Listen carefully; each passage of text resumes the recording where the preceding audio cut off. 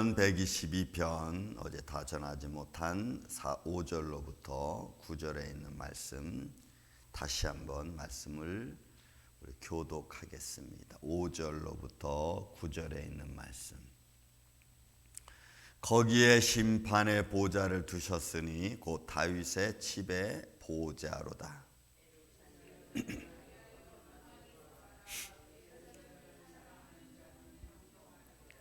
내 성 안에는 평안이 있고 내 궁중에는 형통함이 있을지어다.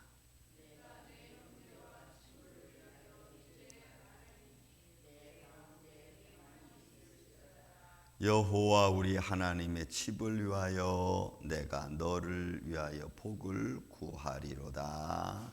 아멘.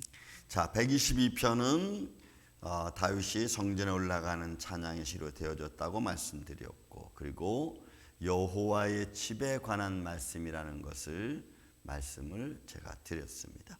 자, 여호와의 집에 하나님의 보좌에 하나님의 영광, 그리고 하나님의 사람들이 하나님의 이름을 찬양하는 모습으로 되었다면 5절 이하로부터 자, 그곳에 여호와의 집에 그곳에 여러분의 심판의 보좌를 두셨다는 이 심판의 의미는 정죄하고 사람을 막 이렇게 진짜 멸망하고 이런 의미의 심판이 아니고, 이 심판의 의미는 미슈파트, 하나님의 법령입니다. 하나님의 계명, 하나님의 공의를 말해요. 그러면 거기에 어디에 여호와의 집에 하나님의 계명, 하나님의 법령, 하나님의 규율이 거기에 두셨다는 거예요. 근데 여러분 이 미슈파트라고 하는 이 단어가 가지고 있는 가장 중요한 의미는 다스림에 의한 계명입니다. 하나님의 법령은 하나님의 다스림에 관한 거예요. 그러니까 그게 심판이라는 거예요. 여러분 우리가 놀라운 것은 사랑은 심판입니까 아닙니까? 놀랍게도 여러분 사랑도 심판에 속해요. 하나님의 공의가 심판입니까 아닙니까? 하나님의 공의도 심판이에요. 왜? 하나님의 정확함은, 하나님의 의로움은 모든 불의한 것에 대하여 딱 나서는 거기 때문에 그래요. 그러니까 하나님은 꼭 악한 것만 심판하는 게 아니고 하나님의 공의가 악을 물리치는 심판인 거죠. 하나님의 거룩함이 더러운 것을 물리치는 것이 되기 때문에 심판인 거예요. 그러니까 하나님의 다스림은 하나님의 의를 드러내는 거기 때문에 심판이 되는 거예요. 그래서 이 심판은 하나님에서 공의, 미슈파트, 하나님의 다스림, 하나님의 다스림. 그러니까 거기에는 어디 있어요? 여호와의 집은, 여호와의 보좌는 하나님의 다스림이 존재하는 거예요. 하나님의 의가 있는 거죠. 그러니 여기서 번역을 심판으로 하는 거예요. 그러니까 거기에 하나님 여호와의 집에는 하나님의 계명, 하나님의 공의가 있고, 그 공의는 하나님의 보좌인 거예요. 그 공의가 하나님의 보좌인 거예요. 그러니까 그곳에 하나님의 영광이 다 거기 있다. 그리고 그것을 또 어디에 뒀냐면 하나님이 다윗과 언약하셨고 다윗을 통해서 하나님의 보좌를 선명했으니까 하나님의 영원한 나라의 영원한 공의, 하나님의 다스림이 하나님의 택한 다윗의 집에도 그것이 같이 임한다는 거예요. 그러니까 하나님이 다윗을 통해서 하나님의 뜻을 이루겠다고 하는 것을 이렇게 표현하는 거예요. 여러분, 다윗을 통해서만 하나님의 뜻이 이루어질까요? 저와 여러분을 통해서는 하나님의 뜻이 이루어지지 않을까요? 아니죠. 저와 여러분을 통해서도 하나님의 뜻이 이루어지는 줄로 믿습니다. 그러니까 우리는 하나님의 뜻을 이루기 위해서 우리의 인생을 하나님께 드리는 하나님의 사람들인 걸로 믿습니다, 여러분. 그러니 그 하나님의 뜻을 이루어가는 우리 인생인데 시험이 얼마나 많겠어. 근데 그 시험을 맨날 에이 이러면 안 돼. 시험은 그냥 이건 오는 거구나 이렇게 생각하면, 이건 그냥 자연스러운 거구나. 다만 그렇게 올 때 그 시험들 내가 어떻게 방어하느냐가 여러분 중요해. 그게 여러분 지혜야, 지혜. 여러분 지혜는 아름다운 겁니다. 그런데 그 지혜가 사람들 앞에 창으로 나타나면 안 돼.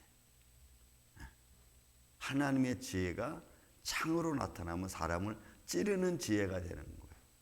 그 지혜가 방패가 돼야 돼. 막아주는 거. 그게 여러분 지혜롭고 그게 슬기롭고 그게 평안인 거예요.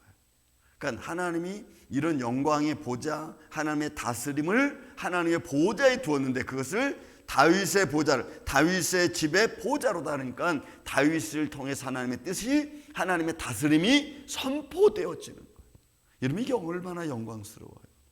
여러분들의 삶을 통해서 하나님의 살아계심이 증거되어질 뿐만이 아니고 하나님의 다스림과 하나님의 평안이 여러분들 통해서도 이루어진다는 이 놀라운 사실 앞에 우리는 그냥 아멘 하고 받는 거예요.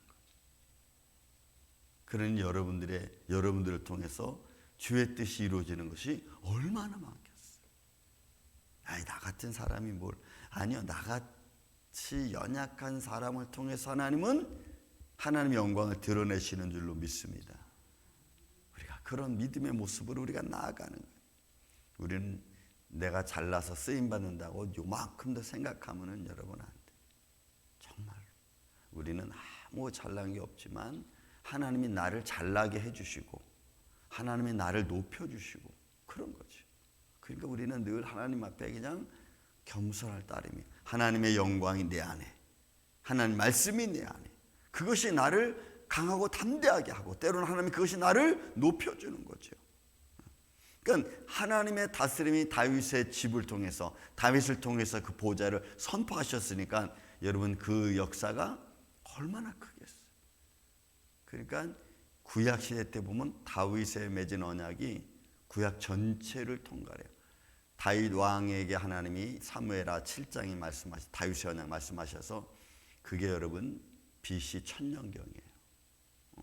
한 10년경. 그때부터 시작해서 이스라엘이 멸망 때까지 568년에 멸망하고 그것이 다시 회복될 때까지 다윗은 유다 백성들 이스라엘을 멸망시킨 것을 원치 않아. 그 원치 않는 이유 중에 하나가 뭐냐면 내가 다윗과의 언약, 이걸 얘기를 해요. 그러니 여러분 수백 년이 걸쳐서 오면서도 하나님이 다윗을 통한 언약을 얼마나 귀중하게 여기고 그걸 통해서 결국은 주의 뜻이 선포되어지고 이루어지는 걸 우리가 볼 수가 있어요. 저는 우리 임마누엘교회 여러분들의 가정 한 분 한 분을 통해서도 이런 뜻이 이루어져가는 여러분들의 가정, 축복된 가정 되기를 주의 이름으로 축원을 드립니다. 예루살렘을 위하여 평안을 구하라. 예루살렘을 사랑하는 자는 형통하라. 여러분 예루살렘 하나님 보좌를 말씀드린다 그랬죠. 하나님의 보좌 안에는 평안이 있어. 그 평안이 우리 안에 또 그 형통함이 우리 안에 우리의 삶을 통해서 이루어져 가는, 주의 뜻이 이루어질지어다. 주의 뜻이 이루어져 가는 그 모습을 지금 선포하고 있는 겁니다. 그리고 내 성 안에는 평안이 있고 내 궁중에는 형통, 계속해서 말씀이 평안과 형통이 반복되어져요. 하나님 나라의 평안이 내 안에, 하나님 나라의 평안이 내 가정에, 그죠? 그리고 그 하나님의 형통함이, 하나님의 뜻이 이루어지는 것이 또 우리의 심령 안에서도 이루어져 가고 우리의 가정 안에서도 이루어져 가고 여러분들의 삶의 터전 안에서도 이루어져 가는 복된 날이 되시기를 예수님의 이름으로 축원을 드립니다. 여러분. 그래야 우리가 행복한 거예요. 그래야 우리가 기쁜 거예요. 하나님의 보이지 않는 도움의 손길이 어떻게 역사하는지는 우리는 알 수가 없어. 저는 매일매일 이런 하나님의 은혜를 받고 있는 사람이라고 저는 믿습니다. 저는 그렇게 믿어요. 그리고 또 실제로 많은 여러분들이 한 분 한 분이 저를 생각해 주는 게 얼마나 제가 감사한지, 저를 위해서 기도도 해 주시고 제 건강도 생각해 주시고, 그래서 건강만큼 살이 쪄야 되는데 살은 안 찌고 감사해요. 왜? 그런 평안의 모습이 담대함이고 용기고 힘인 것 같아요. 저에게는. 그러니까 주님의 평강이 우리 안에, 그래서 내 성 안에는 평안이 있고 내 궁중에는 형통함이 있을지어다. 거기에 또 누가 있어요? 내가 내 형제와 친구를 위하여 이제 말하노니 내 가운데 평안이 있을지어다. 왜요? 여기는 이제는 무리죠. 나 개인으로부터 시작해서 나를 통하여 이루어지는 무리까지 가는 거예요. 내 형제 자매, 내 삶의 터전. 그러니까 여러분들은 가정, 자손 이렇게 나아가는 거죠. 그 안에 뭐가 있어야 돼요? 평안과 형통함이 있어요. 우리는 그런 걸 바라잖아요. 내 사랑하는 자녀들이 좀 마음의 평강이 있고 또 형통함이 이루어져 가는 걸 보면 얼마나 마음이 기뻐. 그리고 우리가 하나님께 감사한, 또 그 일을 위해서 우리가 끊임없이 기도하고 그런 믿음의 길을 걸어갈 수 있도록 끊임없이 우리는 권면해야 돼요. 권면.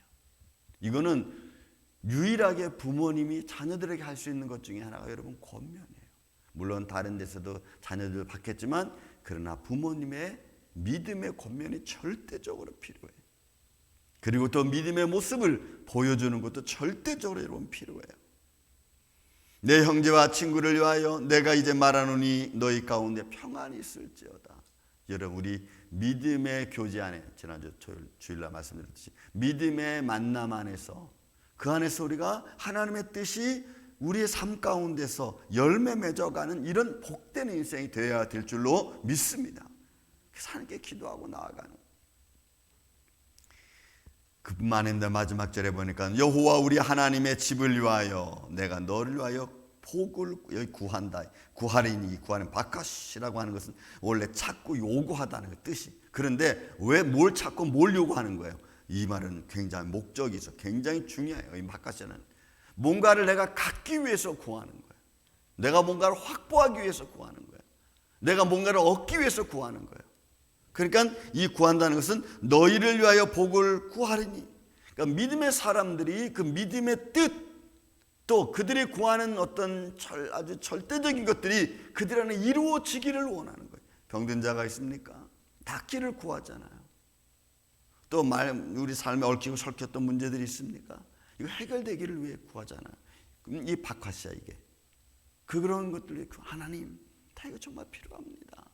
하나님 우리 자녀가 지금 이렇습니다.